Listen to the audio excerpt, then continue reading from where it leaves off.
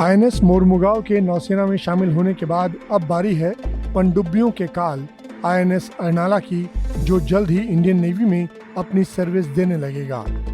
18 दिसंबर को आधुनिक सेंसर और रडार से लैस युद्धपोत आईएनएस मोरमुगाव को रक्षा मंत्री राजनाथ सिंह ने मुंबई में इंडियन नेवी को सौंपा था।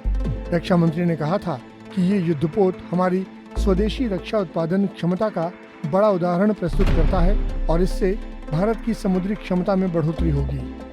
2 दिन बाद 20 दिसंबर को चेन्नई के मेसर्स L&T कट्टुपल्ली में आईएनएस अर्नाला लॉन्च किया गया।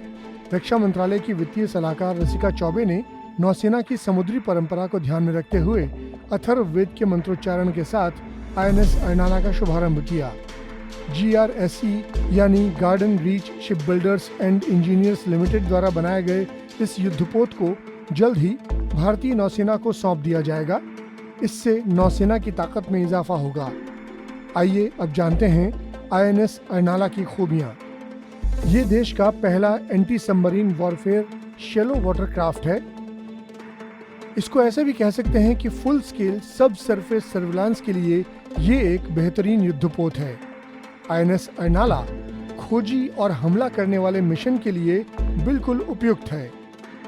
इस युद्धपोत के जरिए तटीय इलाकों की पेट्रोलिंग और दुश्मन की पनडुब्बियों की खोज आसानी से की जा सकती है।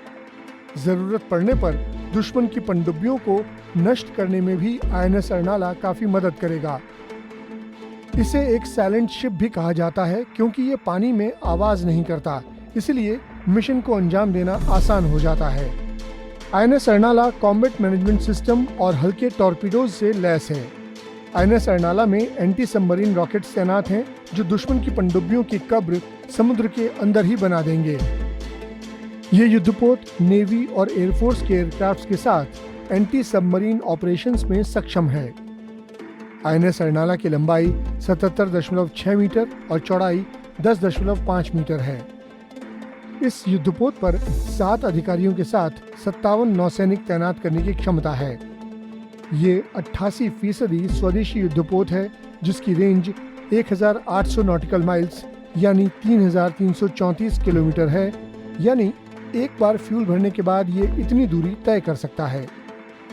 छत्रपति शिवाजी के गढ़ अर्नाला द्वीप के नाम पर इस युद्धपोत का नामकरण किया गया है।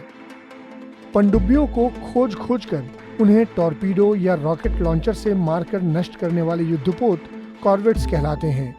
वैसे भारत के पास फिलहाल कमोर्तो क्लास, कोरा क्लास, खुखरी क्लास, वीर क्लास और अभय क्लास के कुल मिलाकर 22 कॉर्वेट्स हैं, लेकिन उनसे छोटे और मारक यानी आईएनएस अर्नाला जैसे 15 और जंगी जहाज यानी कॉर्वेट्स बनाए जाएंगे, जिनसे नौसेना की रक्षा प्रणाली और मजबूत होगी। इस वीडियो पर आपकी क्या प्रतिक्रिया है, कमेंट सेक्शन में हमें ज़रूर बताएं। साथ ही देश और दुनिया की खबरों के लिए सब्सक्राइब करें हमारा YouTube चैनल आज तक।